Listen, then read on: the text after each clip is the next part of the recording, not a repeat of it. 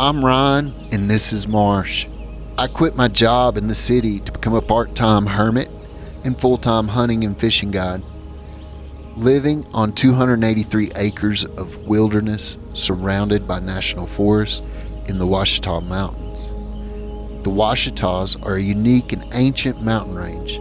They run east-west. That rare geography creates a diverse ecosystem, home to white-tailed deer, black bear, coyotes, turkeys, bobcats, and mountain lions. I started this journey in October of 2023 with a bare 20-foot shipping container. I moved in on day one with no grid and no backup plan. Over time, it slowly turned into a home, one small project at a time. It's nothing fancy, but it's mine, fully paid for, constantly improving as I find the time and money. And honestly, it's one of the things I'm most proud of. My goal is to manage this land for wildlife and build a small off-grid homestead where guests can come and experience real life hunting, fishing, and living wild in the Ouachitas.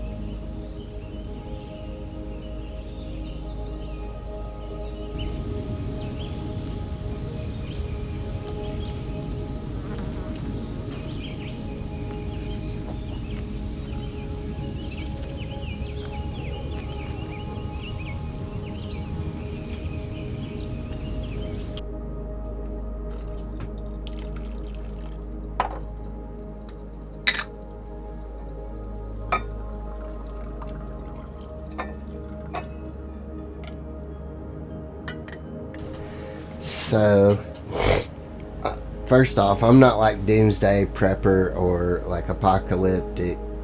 I don't sit here and think about or dwell on those things. I do think about them, but they're not the primary thing that I worry about in life every day, day to day. I've been noticing a trend on YouTube, a lot of videos talking about World War III and apocalyptic and doomsday this and prepping for this and prepping for that.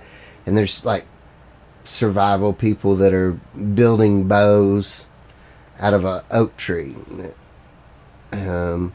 Honestly, if World War III breaks out in our country, and the last thing I think you're probably going to be worried about is building a bow. If you don't already own a bow, know how to shoot a bow, you probably don't have the skills to stalk a deer or any kind of small game, a rabbit, or you probably don't have the skills to hunt, period.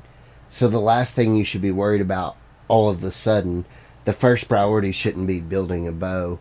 It shouldn't be what plate carriers do you have in your bug out bag. Did you get your 26 items, that checklist of things that'll help you survive? I don't think your primary initial problems aren't going to be not having a bow and arrow. I own a bow and arrow, so like it's Matthews Phase 4. It's a couple years old. I love this bow. I shoot this bow regularly. This is I don't think it's something that I would think I need to build day one of an apocalyptic situation. What you will run into, however, is that I would think if you're in a major city and you're trying to stay in that city, your number one problem that you're going to run into is going to be water. If you're out in the country, your number one problem over the next 2 weeks is going to be water. I buy these 5-gallon jugs at Walmart, and that's not that's not your only answer. There's a lot of questions, so I know there's things that I understand about myself and Marsh and the cat and the chickens that the average person who lives in a city or lives even in a rural household here in the country there are things that they may not understand about themselves. And I know how much water me and Marsh are going to consume for the next 2 weeks. A lot of people don't have any clue where to start, and then once you get the water, how to store it, what sources you could get water from if the grid went down.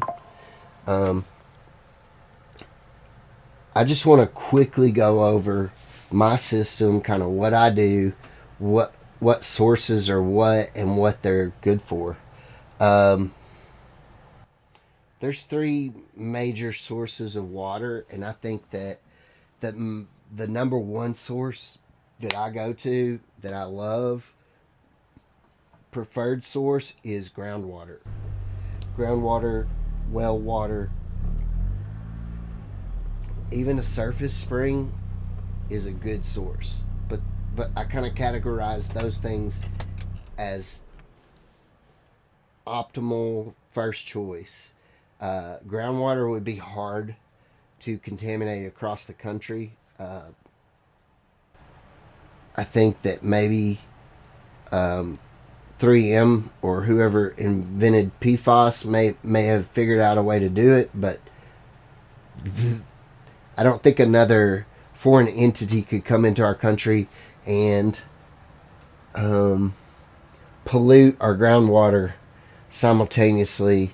It would take months, if not over a year, to do that across the country. Groundwater is a great thing. A well, you got to have electricity. You got to have a way to pump that water up, unless it is a surface spring, which surface springs have a tendency to be seasonal. So then you got to figure out how to store that through the wet season and the dry seasons, and gather in the wet season and have it for the dry season, unless it is just, a full-on year-round spring, which is great, good for you.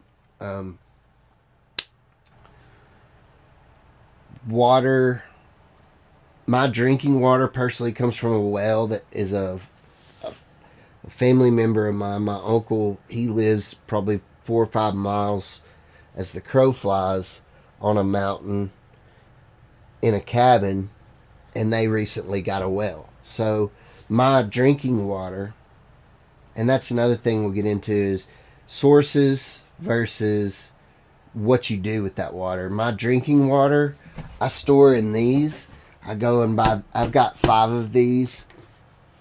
I've got 7 or 8, but I found that 5 is a good number for me and Marsh for 2 weeks, and 5 of these is about what I feel safe storing for a couple weeks, right? So beyond a couple weeks, you start running into bacteria, all the bacteria and the algae blooms and all the different things that go on with water. You start dealing with those things. So storing 25 gallons and using it over the course of 2 weeks is about what I feel very comfortable doing as far as drinking water. Now, I have a Berkey. I don't know if you could see it, but I do. I have a Berkey, and it's right there. So I have, this is a gravity feeder, so it doesn't require electricity. I can take that, I can put it in my side by side, I can drive 30 miles up into the mountains, I can hide out, and I've got a way to filter water. I like a Berkey as a water source. It doesn't depend on chemicals or filters or electricity. It's a great filter to have in I guess that kind of a scenario, but I love it just to have on a daily basis. Next to my Berkey is a ceramic water basin, and that's one of those water basins where, well, heck, I'll just show it to you. I've honestly got to change this out anyway, so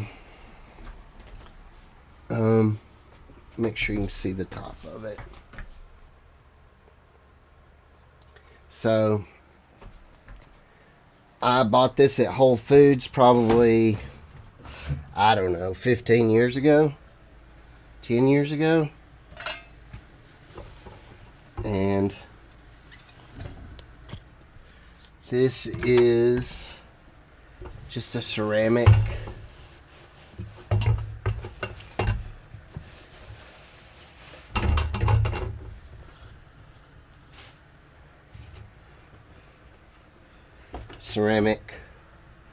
water basin. And so one of the things, like, I just took that off, I looked in there, there's very little, there's some sand that comes out of this well water, but there's just a few grains in there. There's not very many.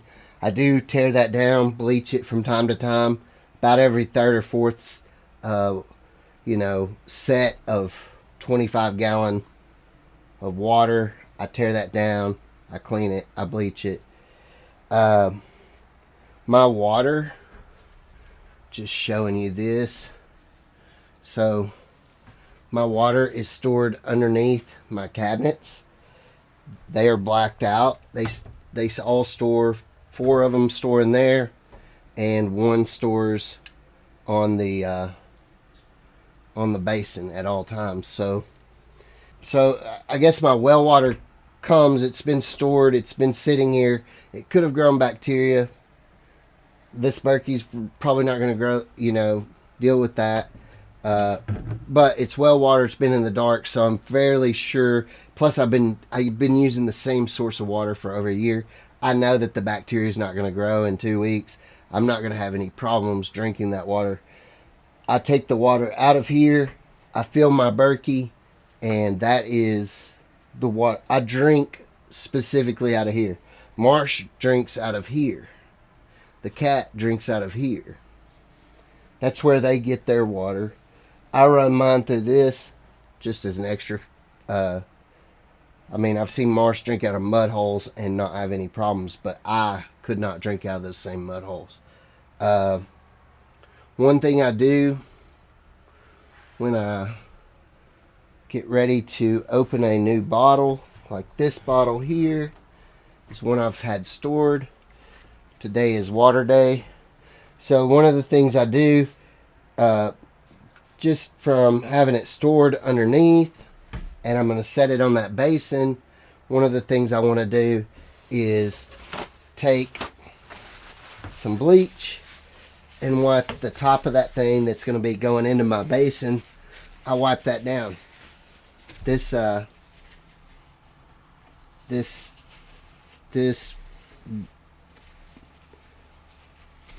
traveled in the back of a side-by-side. It's been sitting under my counter where there's roach poison and different, insecticides that it could have been exposed to. So one of the things I do before I set this up on my basin is I spray it down with bleach, and I bleach it. Alright, so just from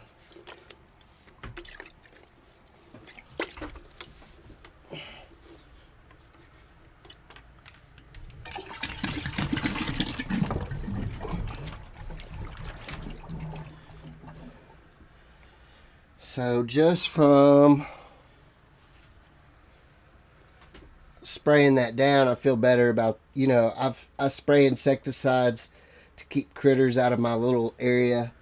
I receive packages from Amazon and stuff, and sometimes those boxes have parasites in them, or not parasites, but like roaches and bugs and stuff, and they end up in your house. So I've recently had a bout with the cockroaches, and I'm working through that.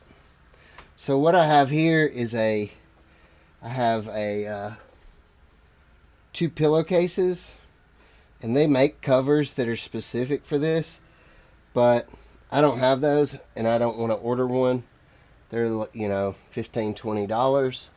I had 2 extra pillowcases sitting here. I like pillowcases. If you do use pillowcases, you should use 2. It takes, if you're looking inside here at the sunlight that's getting through, it takes 2 to kind of black that out to a point where I don't think you get enough sunlight to have problems with algae blooms.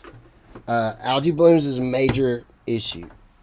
The first 2 or 3 months I was up here, one of the things I fought most frequently, and I got to where I just kept 5 gallons at a time. I would go get, once my 5 gallons was out, I would go get another 5 gallons.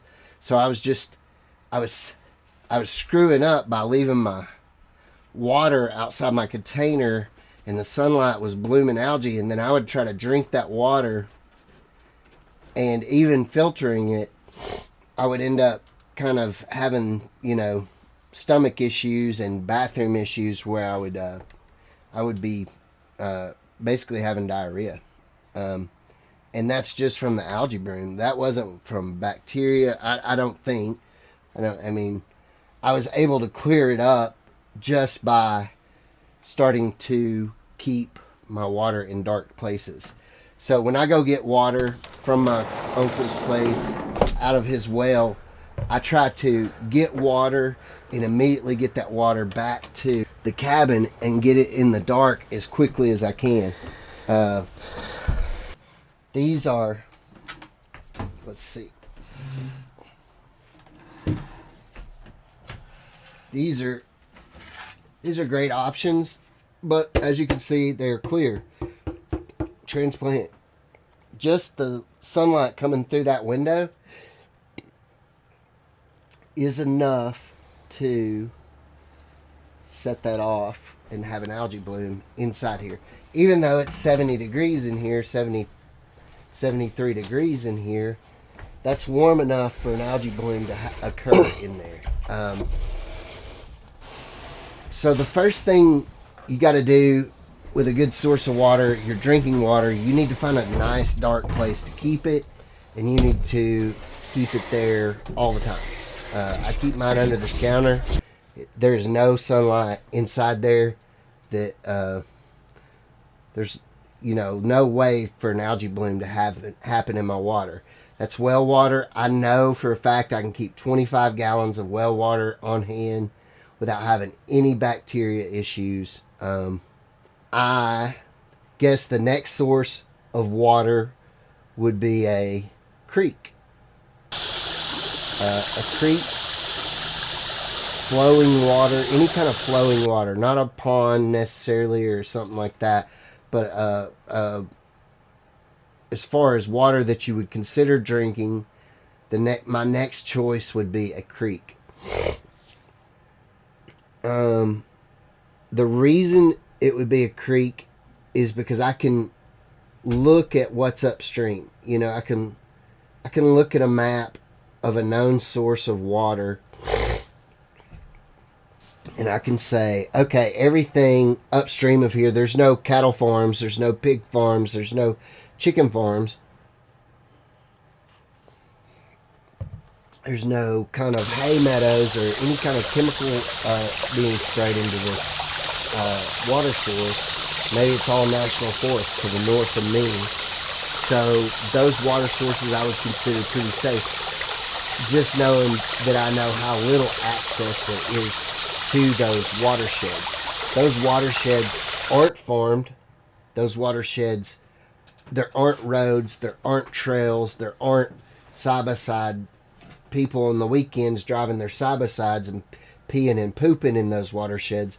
I know for a fact where those sources come from, and even knowing that, there's some sources that, like, I might be able to drink out of those water sources because I do so frequently, but you might drink out of them and get extremely sick. I have some water sources to the north of me that I love. I think they are pure as you can get out of the ground. I really feel like they are groundwater. They're the source of those springs and those creeks are very close to me, so I feel pretty comfortable going and getting water out of those sources. Filling 5-gallon jugs, you kind of, I mean, dipping them down in the creek, sometimes that makes, a little bit of organic matter get in there, which isn't great. That increases your chance of algae blooms and bacteria and organisms. So you don't really want to be, you'd really like to have a pump that pumps the water and maybe filters it into the 5-gallon buckets. Now, those camping pumps that to do a 5-gallon jug, it would take forever. So, I mean, really, if I'm in a dire situation, I'm just going to go dip those in or get some sort of pump that I use just for drinking water. I'm going to pump it into these. I'm going to bring that back here, store it as dark as I can, and then I'm going to run it through the Berkey. I might, if I drink it for a week or two and I don't get sick, I'm going to just keep running it through the Berkey. If I start to feel like I'm getting diarrhea or getting some sort of, stomach issue from it, I'm going to start boiling it, then running it through the Berkey after it cools down. But most of the creeks around here, I would trust just almost like groundwater. As long as you keep organic matter from getting inside your containers, I think it's good. My last choice for drinking water, personally, for me, would be the rainwater that I collect here on the mountain.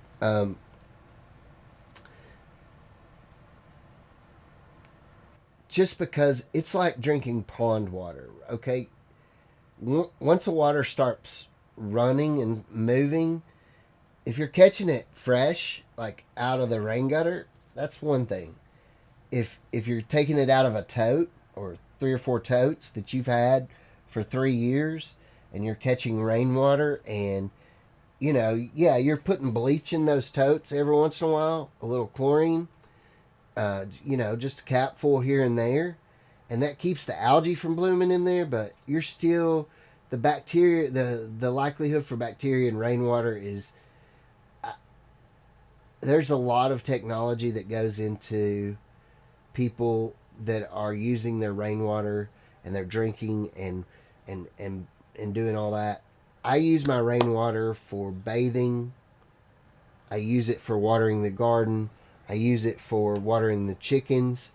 But I really, rainwater to me is the science of keeping that as in a end of the world situation, like I can't leave this mountain, I would drink it, I would make do with it, and I would be fine. I would 100% be fine.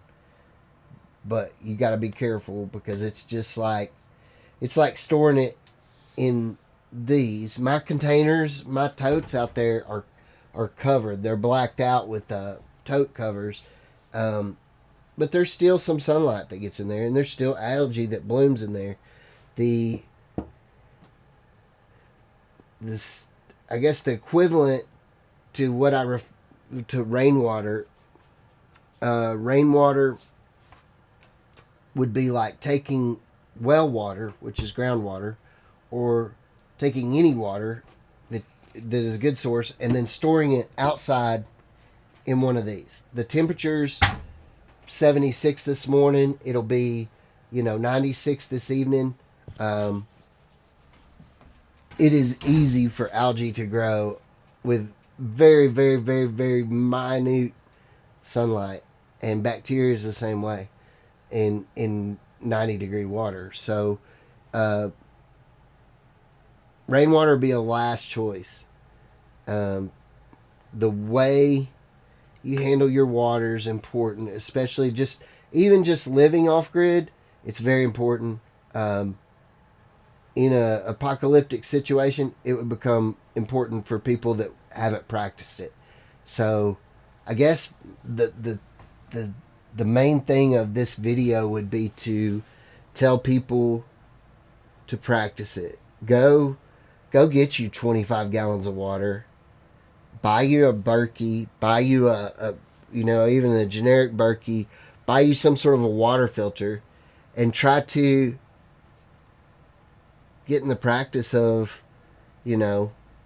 storing that water in a dark place, and then drinking that water, cooking with that water, using that water, and then think about different water sources. A water source to water your garden, rain collection is great for that. The plants really love it. But think about how you would segregate your different water sources, how you would store them, how you would keep them from doing algae blooms and microorganisms, parasites, microorganisms, and algae blooms will kill you. Though, once you get sick from one of those things, especially the bacteria, dude, you get a bacterial infection in your stomach from water, you probably, in 2 weeks, you're probably dead. You're not making it through that, especially if you keep drinking that water. You can, if you can figure out the problem early on, switch your water source, you can toughen your way through it, but it's miserable. Like, I've been in the back country and had problems with water and water filters and water treatment, because filters don't get everything out. You know, I had a MSR little brine maker, and it would take salt water and shock it and turn it into a chlorinated brine, and like an ammonia brine. And that ammonia brine you could pour into your water source, and you, within 45 seconds, minute, you could drink that water, and you could get it out of a mud puddle and do that. But a filter, that same water would look good out of a filter.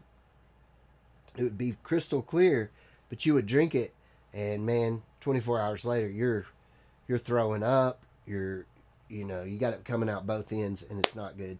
Water source is an important thing to think about off grid or apocalyptically.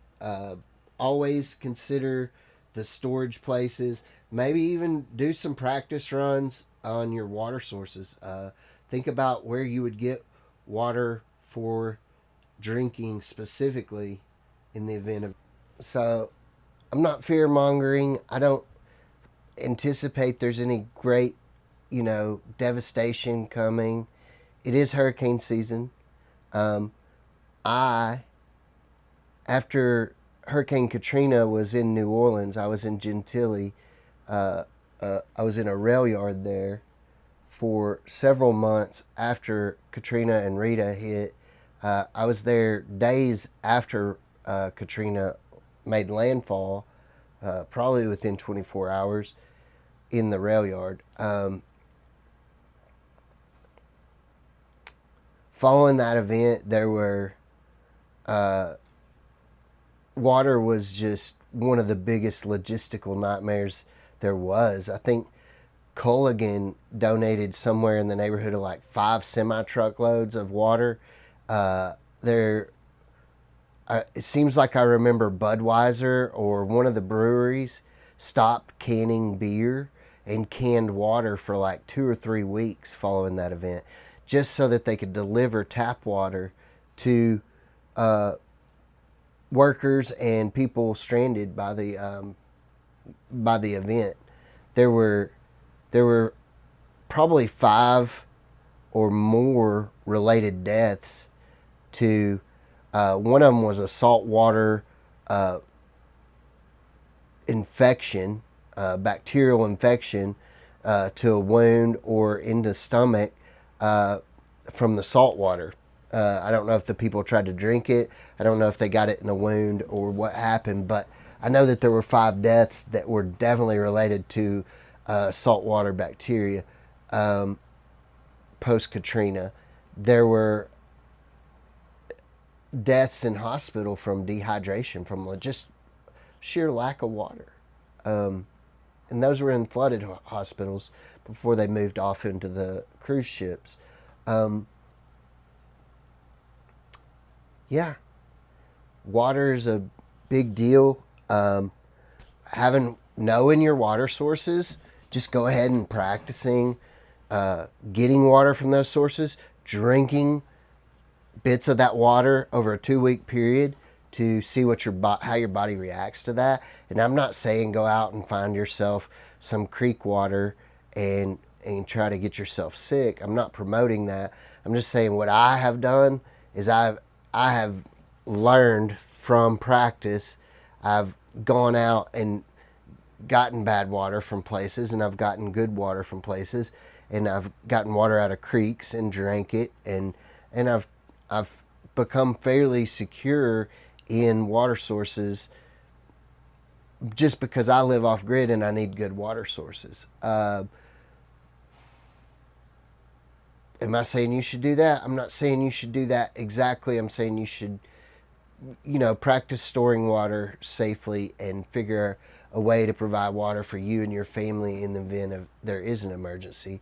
And God forbid there is, but you never know in this day and time.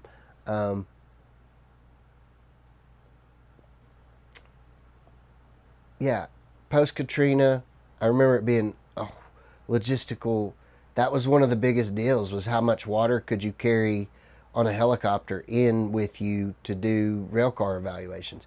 How much water could you get stockpiled on a site. And that was another thing, is they were taking and storing these big pallets of water out in the 100-degree sunlight of New Orleans, and you were seeing people get sick just from that bottled water. It may be from the most pure artesian well in the world, but you set it out in the sun, it can grow some stuff, and it did, and it made people sick. I'm not saying there was cholera or any of the major 3 bacteria, but there was definitely, some sicknesses and some deaths related to just lack of water, dehydration. And I would say that's probably about it.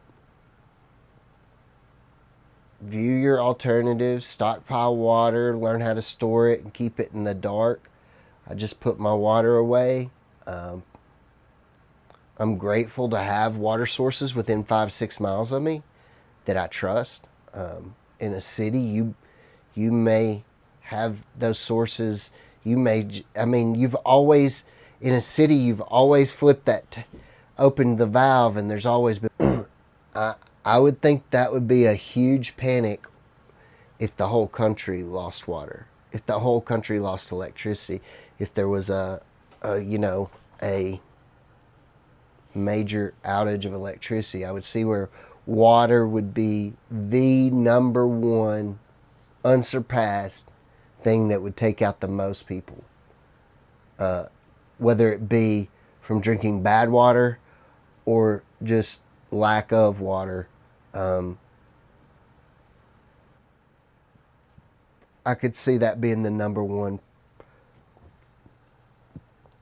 killer across the country. You could wipe out, I believe you could wipe out half to 3/4 of the population just with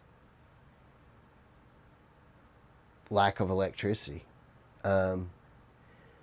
The inability for people to get fresh water would be so crazy. There wouldn't be a way for water to get pumped or moved through the pipes. And even, the water, once air is inside those pipes are only good as long as they're flooded. Those pipes can grow bacteria as quick as any clear container sitting out in the sun. You give them a little oxygen, and that's another thing I try to do. When I fill my bottles, I try to fill them to the point where when I mash that cap, water comes out, and there is little to no air or oxygen inside that bottle. That's a big deal. Water is a big deal. Having a filter system in place in the event of an emergency is, you're not going to be able to get a water filter. You're most likely 99% of us won't be able to get a water filter after an event like that. So those are things you need to get now. Berkey is a great brand. I love it. I'm not sponsored by them. I have the smallest one they make, and I believe it was, a couple $100. They are very stupid expensive, but I've been running those same filters for over a year now, and I know you're not supposed to do that. I know people are saying, oh, you're supposed to change those filters every so many cycles, but man, I'll use those filters till they fall apart. Or until I start noticing that I'm maybe getting sick. The real thing is the bacteria, and that's not going to help. The filter's not going to help with bacteria. You need to have, some way to treat water, whether it be boiling or whether it be a chemical treatment like iodine, which I don't recommend, or chlorine. Chlorine and bleach. Bleach works exceptionally well. You just want to make sure you don't overdo that. So you need a combination of those two things: boiling, chemical treatment, and a filter. You need those two things secured. If you have those two things, you can drink mud water straight out of a mud hole. You can drink water out of a pond. I can literally pour mud water into that Berkey, and when I pour it into a glass after it's gone through those filters, it is crystal clear. The more stuff there is in your water, the more regular you're going to have to change those filters. That may be a reason I don't have to change my filters very often, is because I have fairly clean water sources. And I'm talking about pristine water sources. But you can get sick from an algae bloom, and it can make your life miserable. Just an algae bloom. An algae bloom can make you so miserable that you think that you have bacterial problems. You think that you have,